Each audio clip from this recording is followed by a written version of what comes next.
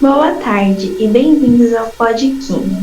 Vamos contar hoje com a presença de dois grandes químicos, Otton Góes Boa tarde, Duda. Boa tarde, gente. Primeiramente, eu gostaria de agradecer pelo convite imenso que vocês me fizeram. e Henrique Fiorini. Boa tarde, gente. Muito obrigado pelo convite. Bom, o assunto de hoje é propriedades da tabela periódica. Para começar, algum de vocês gostariam de explicar o que é raio atômico? Bom, o raio atômico é simplesmente a distância entre o limite da eletrosfera e o núcleo do átomo. E já que entramos nesse assunto, queria explicar algumas coisas sobre o raio iônico e raio atômico. Há três principais regras sobre eles. Todo cátion é menor que seu átomo correspondente, e todo ânion é maior que seu átomo correspondente. E em uma série isoeletrônica, quanto maior o número de prótons, menor é o raio. Já para aqueles que não sabem, a série isoeletrônica é um conjunto de identidades químicas que tem o mesmo número de elétrons. É verdade que quando um elétron recebe energia, ele salta para níveis mais externos? Exatamente, Duda. Tanto que se a quantidade de energia recebida for suficiente, ele pode até se desligar do átomo. Essa energia mínima que um átomo precisa receber para perder um elétron é chamada de energia de ionização. A variação de energia de ionização na tabela periódica está relacionada diretamente com o tamanho do átomo. Quanto mais afastado estiver o elétron da valência do núcleo, mais fácil será sua retirada. Ou seja, quanto maior o átomo, menor será a energia da ionização.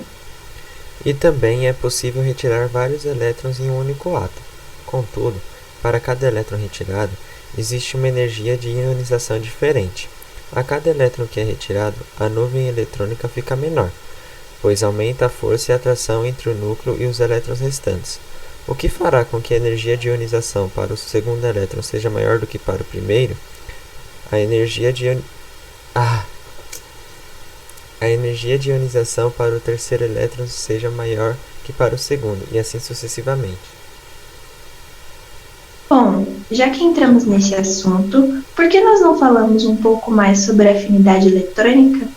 Se eu não me engano, ela também é chamada de eletroafinidade, não é?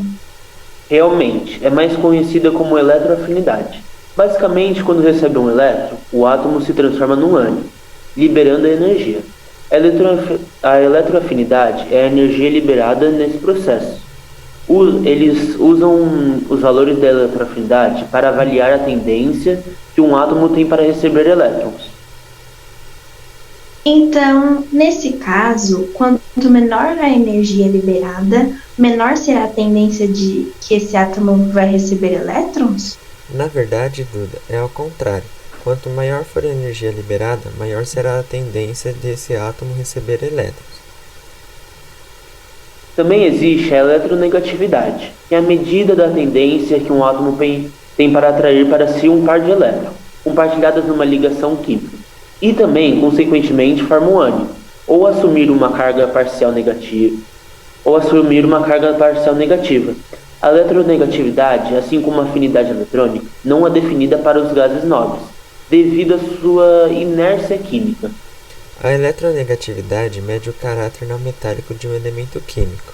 Sendo assim, quanto maior a eletronegatividade, mais definidas serão as propriedades não metálicas do elemento. Bom, de acordo com alguns estudos que eu pesquisei, eu vi que, em ordem decrescente, os elementos mais eletronegativos são o flúor, depois o oxigênio, seguido pelo nitrogênio, o cloro e depois os halogênios. Isso é verdade? Exatamente. Inclusive, existem algumas escalas de eletronegatividade para os elementos, que foram criadas com base em medições experimentais. Aliás, gente, a mais utilizada é a escala proposta por um grande amigo meu e químico, Linus Pauling, cujos valores aparecem na tabela periódica. Na tabela, a eletronegatividade aumenta com a diminuição do raio atômico. Logo, o elemento mais eletronegativo é o flúor e o menos eletronegativo é o frâncio. Bom, seguindo essa ordem, temos a eletropositividade, que é exatamente o contrário de eletronegatividade, ou seja, é a medida da capacidade ou tendência que um átomo tem para perder elétrons numa ligação química e formar cátions ou assumir uma carga parcial positiva. Ela mede o caráter metálico de um elemento químico. Sendo assim, quanto maior a eletropositividade, mais definidas são as características metálicas do elemento. Assim como nos casos da eletronegatividade e da afinidade eletrônica, e pelo mesmo motivo, a eletropositividade não é definida para gases nobres. Na tabela, a eletropositividade aumenta com o aumento do raio. E o que exatamente seria a densidade absoluta? Bom, densidade absoluta é a densidade de um corpo é a relação existente entre sua massa e seu volume. Na tabela periódica, os elementos mais densos estão localizados no centro e abaixo, sendo o ósmio, o irídio e a platina os elementos que apresentam maior densidade. Nós temos também o volume atômico, que é o volume ocupado por um mol de átomos. Na tabela periódica, o volume atômico aumenta do centro para a extremidade e de cima para baixo.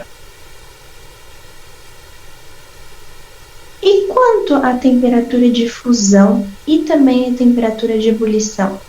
Uma ótima pergunta, Duda. A temperatura que ocorre as mudanças do estado da fusão e ebulição também varia da tabela periódica, à medida que varia o número atômico dos elementos.